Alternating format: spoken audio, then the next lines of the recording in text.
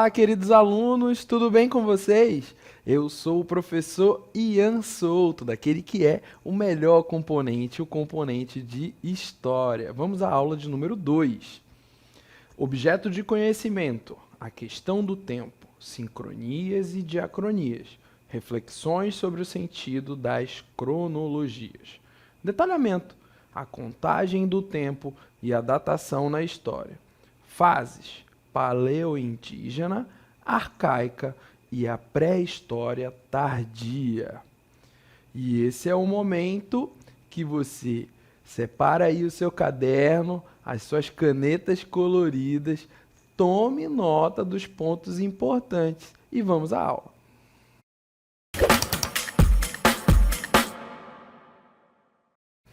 E olha só que maravilha, a nossa aula tem uma temática muito importante, tá? Vai tratar a respeito, né, de alguns pontos importantes de como nos relacionamos com eventos históricos, artefatos históricos e, né, principalmente a respeito do processo de ocupação na Amazônia.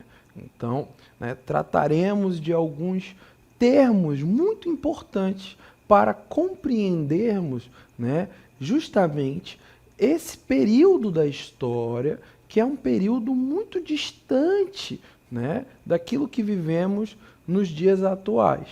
Porém, nunca se esqueça, a história é o olhar para o passado para compreender o presente. Então, independente do quão distante, né, estamos olhando para o passado, o mais importante é fazermos as conexões com o presente, né? Então, dentro, né, do assunto da nossa aula, iremos justamente olhar ao passado para tentar fazer, né, essa conexão com o presente. E iniciamos com o seguinte questionamento: como datamos os eventos históricos? E eu tenho a certeza, né, que você aí do outro lado já deu várias respostas, né?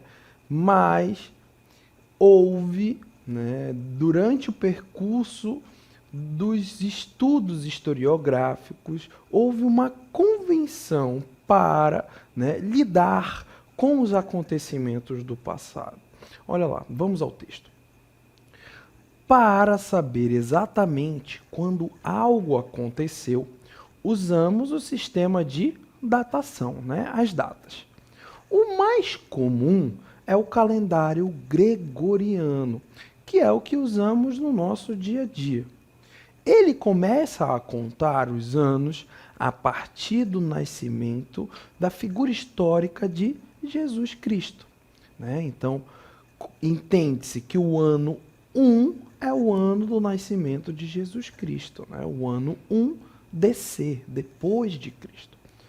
Todo e qualquer acontecimento antes disso, usamos a sigla AC, antes de Cristo. Vamos a um exemplo. Se um evento aconteceu em 300 anos AC antes de Cristo, significa que foi 300 anos antes do nascimento de Jesus.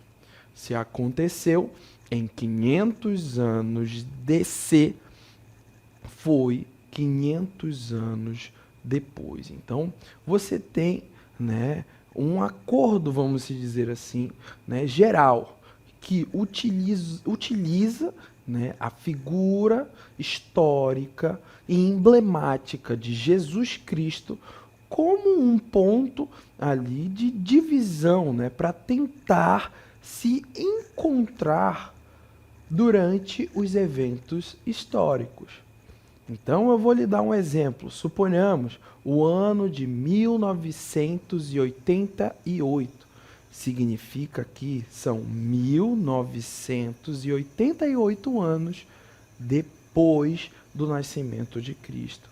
E essa datação ela é muito utilizada né, nos estudos de história, os estudos historiográficos, justamente para termos ali, né, um ponto de referência. E esse ponto de referência nada mais é que a figura emblemática, né, de Jesus Cristo. Agora, assim como os grandes eventos, as grandes mudanças ambientais, né, afinal de contas, sabemos que o mundo em que vivemos, ele passa por mudanças constantes, né? Assim como esses eventos históricos de mudanças ambientais, mas também de mudanças sociais, políticas, você tem, né, modos de datar os artefatos antigos. Então estamos falando até aqui dos grandes eventos históricos que utilizamos, né, essa datação, né, utilizando o nascimento de Jesus Cristo. Mas existem os artefatos históricos, que não são os eventos, mas sim os objetos, ou melhor falando, os vestígios históricos, né, que estão no mundo inteiro. E assim vem o segundo questionamento. Como sabemos a idade de artefatos antigos? Olha aqui, na nossa imagem, a gente tem um exemplo, né, de um prato produzido em cerâmica. E aí vem uma pergunta: como será que sabemos mais ou menos a idade desses artefatos antigos? E aqui vem o nosso querido professor Paulo para nos ajudarmos. Olá, professores e alunos, professor Paulo Torres de Química aqui para falar com vocês sobre datação de carbono 14. É importante entender que esse átomo, ele é instável. O que isso significa? Significa que ao longo do tempo ele vai diminuindo a sua massa pela metade. E esse tempo de diminuir a massa pela metade, ele ocorre a cada 5.730 anos. Então ele é uma substância, um átomo importante para a gente saber realmente a que anos atrás aquele objeto ou aquele ser, né, ele se decompôs. Então, por exemplo, nós temos um limite dessa datação de 50 mil anos. É muito tempo. Então, através dessa datação, a gente consegue saber de que ano aquele objeto ou de que ano aquele ser que morreu pode estar frequentando, tá? Então é muito importante você entender isso. E aí, como ele decai ao longo do tempo, a quantidade vai diminuindo. E aí a gente consegue estimar de quando é este objeto. Ou, lembrando, esse ser vivo, tá bom? Muito obrigado pela sua presença e até a próxima. Olha só que ponto importante que o nosso querido professor Paulo de Química, né, do componente de Química, nos ajudou a compreender a questão da datação dos artefatos ou dos seres, né, que já viveram em terra, né, no mundo. Então você compreende que é a partir da quantidade de carbono, seja naquele ser, né, em decomposição ou em um artefato, que você consegue ter uma margem, né, temporal relacionada a esse ser ou ao objeto. E aqui você percebe a importância dos diferentes componentes estarem o quê? Conversando entre si. A história, né, a compreensão do mundo através do olhar histórico e do componente de história, ela necessita da ajuda dos outros componentes, como química, geografia, biologia. Então, é com a ajuda justamente dessa datação de carbono 14 que né, os estudos arqueológicos, históricos, conseguem fazer uma relação temporal de quantos anos ou 1000 anos atrás aquele ser ou aquele artefato, aquele objeto foi, né, construído ou viveu, né, no planeta Terra. Assim como a datação por carbono 14, nós temos um outro outro tipo de datação, que é a datação por estratigrafia. Como podemos perceber na imagem, né, temos aqui um pequeno lote de terra e que está fatiado entre A, B, C, D, E e F. Em sítios arqueológicos, as camadas de terra ou estratos são como páginas de um livro. As camadas mais profundas são geralmente as mais antigas, enquanto as superficiais são mais recentes. Então você consegue perceber na imagem que o elemento A, né, é o mais recente, o B é mais antigo que A, o C é mais antigo que B, e assim consecutivamente. Então você percebe que quanto mais fundo você cavar em solo, mais, né, vamos dizer assim, mais antigo será aquele elemento. Então, você percebe justamente que não existe somente uma forma de se datar ou de correlacionar artefatos ou seres, né, já mortos com o seu tempo histórico. Existem diversas formas de analisar isso, seja pela datação por carbono 14, seja pelo extrato, né, que aquele elemento encontra-se na Terra. Então, quanto mais fundo, mais antigo é aquele elemento. Além dessas duas formas, né, de lidarmos com os vestígios do passado, nós temos também um elemento muito importante de datação, que é a datação por dendrocronologia, né? Um termo aí um pouco complexo, mas que aqui na nossa cartela nós vamos conseguir decifrá-lo. Usada, né, para datar árvores antigas ou madeira. Os anéis, como vocês podem perceber na imagem, né, os anéis das árvores, eles crescem a cada ano. E contando esses anéis, podemos saber quantos anos a árvore tem. Então você percebe aqui na imagem que ali, né, mais ao centro, você tem um primeiro ano de crescimento.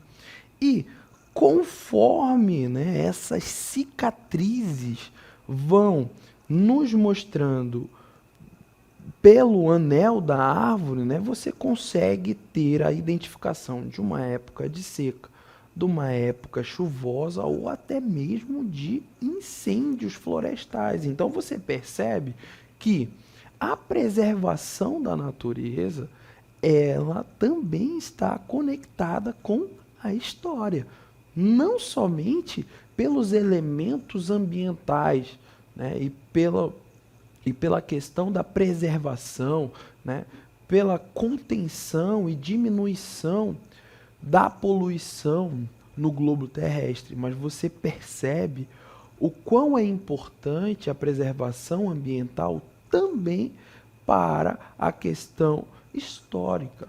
Então, você percebe a importância da árvore no mundo, né, por toda a sua conexão, né, ambiental, mas também pela preservação histórica. Então, assim percebemos justamente três formas de conectarmos, né, a datação histórica de elementos, artefatos ou até mesmo de mudanças climáticas.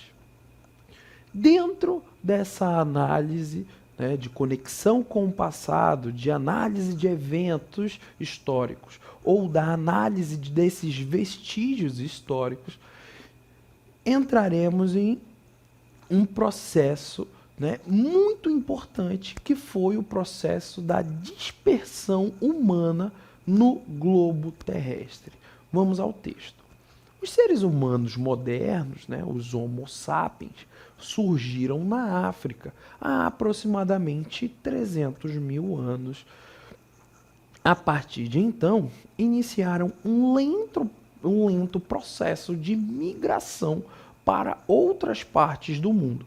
Há cerca de 70 a 100 mil anos, né, grupos de humanos começaram a sair da África, né, seguindo rotas que os levaram ao Oriente Médio, Ásia, Europa e posteriormente às Américas. Então você percebe algo muito importante no nosso texto de dispersão humana, que é o que? Você percebe relatos de 100 mil anos, 50 mil anos, e agora você percebe, né, e tem o conhecimento, né, você consegue fazer a conexão justamente que esses vestígios históricos passaram por um processo de datação.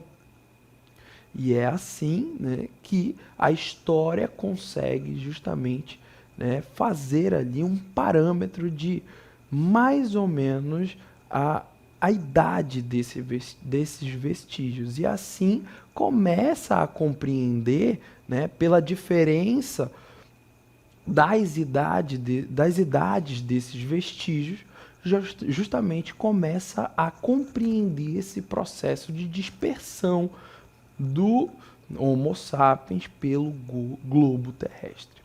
Continuamos ao texto. O Estreito de Bering é um braço de mar que separa a Ásia, né, a Rússia, da América do Norte, Alasca. Hoje, ele tem cerca de 82 quilômetros de largura. Mas durante o último período glacial, conhecido como glaciação Wisconsin, entre 110 mil anos e 12 mil anos atrás, o nível do mar ele estava significativamente mais baixo devido ao acúmulo de água em grandes geleiras. Isso expôs uma vasta extensão de terra entre a Sibéria e o Alasca, conhecida como Ponte Terrestre de Beríngia. Olha só, o que o texto nos fala, né? Dentro de um período chamado do período de glaciação, as águas dos oceanos estavam mais baixas, pois a temperatura, né, do globo terrestre estava menor.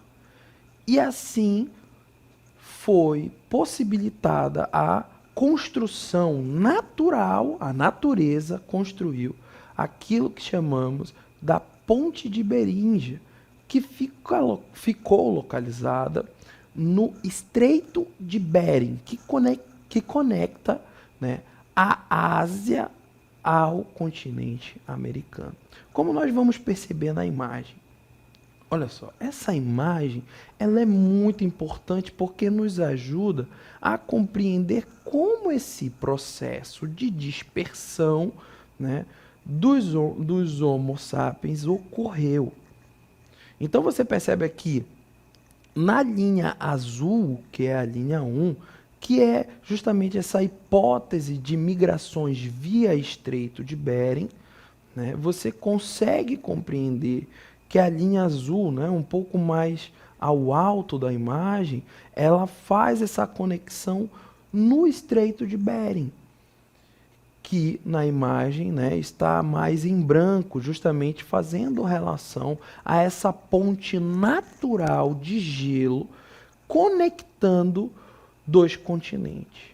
E é assim, né, que a hipótese do Estreito de Bering é uma das hipóteses mais aceitas para esse processo de dispersão humana. E, além dessa hipótese asiática, você tem também a hipótese, né, australiana, que é, aqui no nosso mapa, a linha de número 2, né, mais alaranjada, que foi uma migração transpacífica, né, utilizando o Oceano Pacífico, saindo do continente australiano até ao continente americano, assim como a hipótese europeia, tá? Que se encontra aqui na linha verde, né? A linha número 3, que é uma hipótese de migração transatlântica. Então você percebe que o processo de dispersão humana, ele possui várias hipóteses. E esse processo de dispersão humana, ele está correlacionado com um processo muito importante e que está estritamente conectado ao estado do Amazonas e da região amazônica. E é a partir, né, dessa conexão e dessas hipóteses de dispersão humana no globo que iremos adentrar ao processo de ocupação da Amazônia. Antes da chegada dos europeus, a Amazônia estava ocupada por esses povos, né, que há mais ou menos 14 mil anos ficaram isolados do resto do mundo. Esse período ele é conhecido como pré-colombiano, ou seja, antes da chegada de Cristóvão Colombo às Américas. E esse período ele é dividido em 3 fases, tá bom? Tome nota. Paleoindígena, arcaica e pré-história tardia. Então, vamos agora, né, nos debruçarmos a respeito dessas fases do período de ocupação da Amazônia. Vamos à primeira fase, que é a fase paleoindígena. A população ela era pouco numerosa, dispersa, nômade, né? Então você percebe o que? Existiam poucas pessoas, essas pessoas estavam dispersas no território, então muito provavelmente você tinha pouca comunicação ou quase nenhuma comunicação entre elas e eram nômades. O que significa nômade? Eu tenho certeza que você respondeu corretamente aí. É justamente aquele que não tem um local fixo, né? Então eles mudavam de local. E estava baseada na coleta de frutas e moluscos, na pesca e na caça. Acredita-se que a ocupação paleoindígena da Amazônia tenha ocorrido por volta ali de 11, né, mil anos.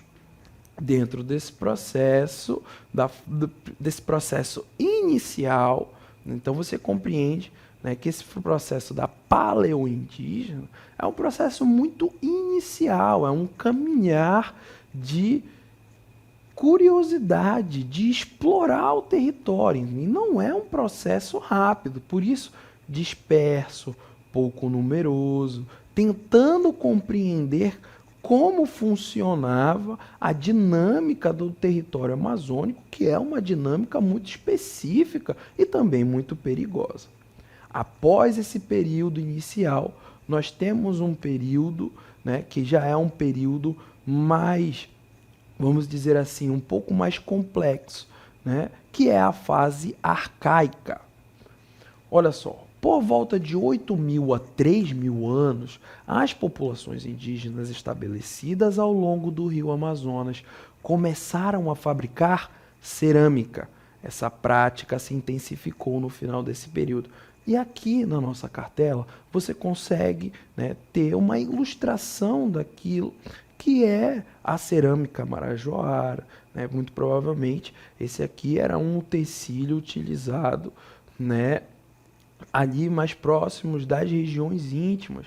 Então você tem essa cerâmica marajoara, né, uma cerâmica que é encontrada ao longo do rio Amazonas, tá? E que você percebe justamente o quê?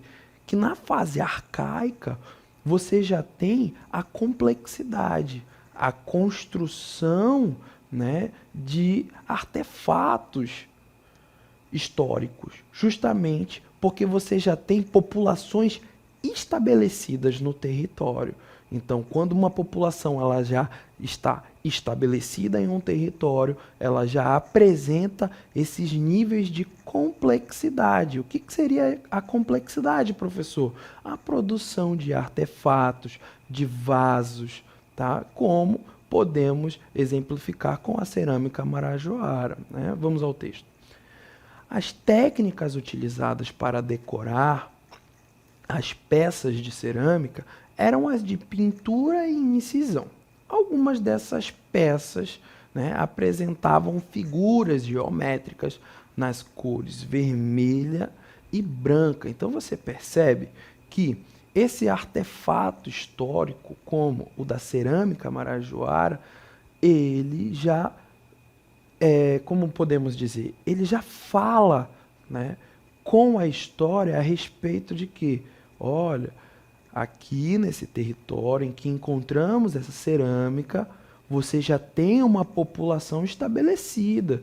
Ela já produz artefatos, vasos. Não é uma população nômade, é uma população que conhece o território, é uma população que está estabelecida no território. E muito por isso, ela produz esses artefatos. E você tem a terceira fase, que é a fase da pré-história tardia. Por cerca de 3.000 a 1.000 anos, né, você desenvolve-se as culturas dos construtores de aterros artificiais em áreas inundáveis, né, na Amazônia. Em seguida, aparecem sociedades ainda mais complexas e hierarquizadas, que fabricavam um tipo de cerâmica muito mais refinado. Por exemplo, os marajoaras, né, na região da Ilha do Marajó, os tapajônicos na região de Santarém, e ambas ficam localizadas no estado do Pará. Você compreende, então, que no período da pré-história tardia, você já tem populações indígenas consolidadas, muito mais refinadas, e os próprios artefatos históricos demonstram isso, seja pela sutileza, pelo acabamento, pelo detalhamento em cima desses artefatos de cerâmica. Vale ressaltar justamente, né, que a cerâmica marajoara ela ganha destaque, né, dentro desse processo de compreensão da ocupação amazônica, justamente, né, por ali na região da Ilha do Marajó ter sido encontrado diversos vestígios dessa cerâmica e dessa produção. E vamos compreender um pouco mais das características gerais do contexto amazônico. Sambaqui, né, que deriva de uma palavra em tupi, significa monte de conchas, e são depósitos de materiais orgânicos, são depósitos de materiais orgânicos calcários empilhados pelo homem ao longo do tempo e que sofrem a ação do vento, sol e chuva, tornando-se fósseis. Então você percebe que dentro do contexto amazônico, um elemento importantíssimo para compreender esse processo de estabelecimento das populações indígenas foram os sambaquis, pois eles passaram por um processo natural de fossilização. E, então, diante dos estudos de arqueologia e dos estudos históricos, geográficos, percebeu-se, né, que esse acúmulo de conchas, né, esses sambaquis, apresentavam justamente o que? Vestígios de uma grande quantidade, né, de pessoas que viveram naquele local. Então você percebe que o estudo da história a respeito do passado, ele possui embasamento científico, né, além do embasamento de outras áreas do conhecimento, como a arqueologia, como a química, a geografia. E é dentro justamente dessa congregação de conhecimento que vai se estabelecendo as conexões e as compreensões do processo de ocupação do território amazônico. E, a fim de compreender ainda mais essas características, vamos ao texto. Outro elemento é a terra preta indígena, né, que encontra-se sobre diversos solos localizados onde viveram grupos indígenas pré-históricos, que é o resultado do acúmulo de materiais orgânicos gerados ao longo do tempo por essas comunidades. Essa terra possui alto teor de cálcio, carbono, magnésio, né? E que por essa razão é extremamente fértil para a agricultura. Então, esse elemento da terra preta indígena também facilitou esse processo de ocupação da Amazônia. Além, a fim de finalizar, da mandioca, né, que tornou-se a base alimentar dos povos primitivos da floresta amazônica, porque apresenta várias vantagens em seu plantio e colheita. Primeiro, para cultivá-la, é preciso apenas replantar, né, um talo cortado. E segundo, ela pode ser plantada em qualquer época do ano, depois de colhida. Ela pode ser armazenada no subsolo ou até mesmo debaixo da água por vários meses. Então, é dentro desse processo e é dentro desse contexto que compreendemos não somente a dispersão dos humanos no globo terrestre, mas também na Amazônia. E assim finalizamos nossa aula.